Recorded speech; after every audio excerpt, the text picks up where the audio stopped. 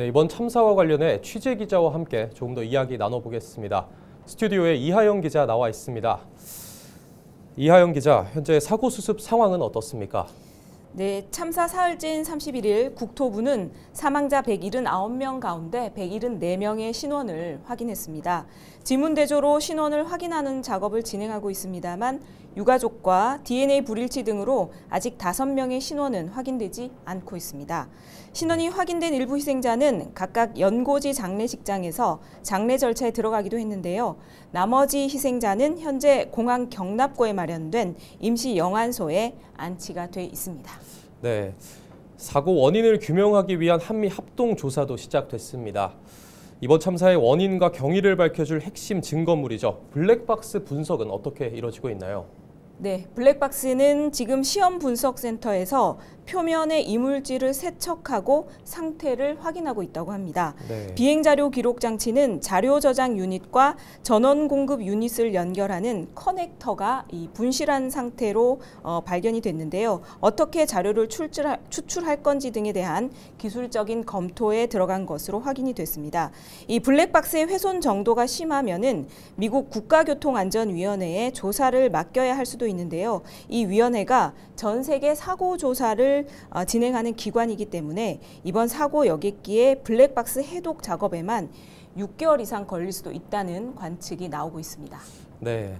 그리고 2002년이었죠. 김해에 중국 민항기가 추락했던 사고도 있었습니다. 그 사례만 봐도 블랙박스 분석이나 사고 원인 같은 조사 결과가 나오기까지 제법 시간이 걸렸던 것 같습니다. 네, 말씀하신 중국 민항기 추락 사고는 2002년 4월에 발생했습니다. 이 중국 국제항공 소속 항공기가 김해공항 인근 돛대산에 추락을 해서 탑승자 166명 중에서 129명이 숨졌던 사고였습니다. 당시 추락 사고의 원인을 규명할 비행 기록 장치가 해체가 어려울 정도로 손상이 돼서 국내에서 작업을 할 수가 없었고 빠른 분석을 위해서 미국으로 보내졌습니다. 이 사고부터 최종 결론이 나오기까지 무려 3년이 걸렸는데요.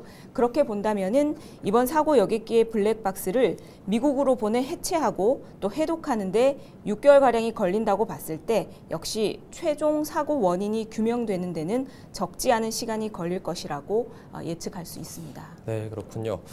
이번 참사의 원인을 놓고도 여러 가지 가능성이 제기되고 있는 상황인데 어떤 부분이 쟁점이 되고 있나요?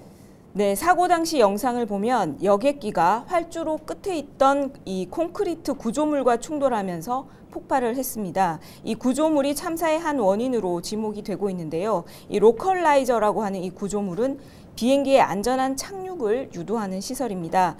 충돌에 대비해서 쉽게 부러지는 재질로 만들어야 한다고 하는데 이 무안공항에 설치된 로컬라이저는 하부가 콘크리트로 만들어져서 충돌 당시에 충격이 굉장히 컸다는 분석입니다.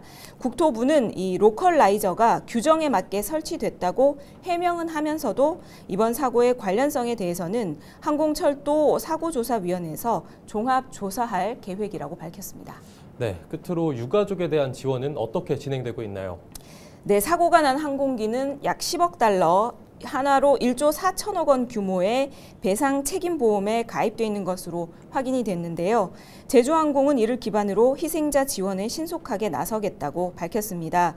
이 무안공항 현장과 전국 17개의 시도에는 합동 분향소가 설치가 됐고요. 전남도는 희생자 유가족에 대한 전담 공무원을 1대1로 매칭해서 지속적인 지원에 나서고 있습니다. 네, 말씀 여기까지 듣겠습니다. 수고하셨습니다.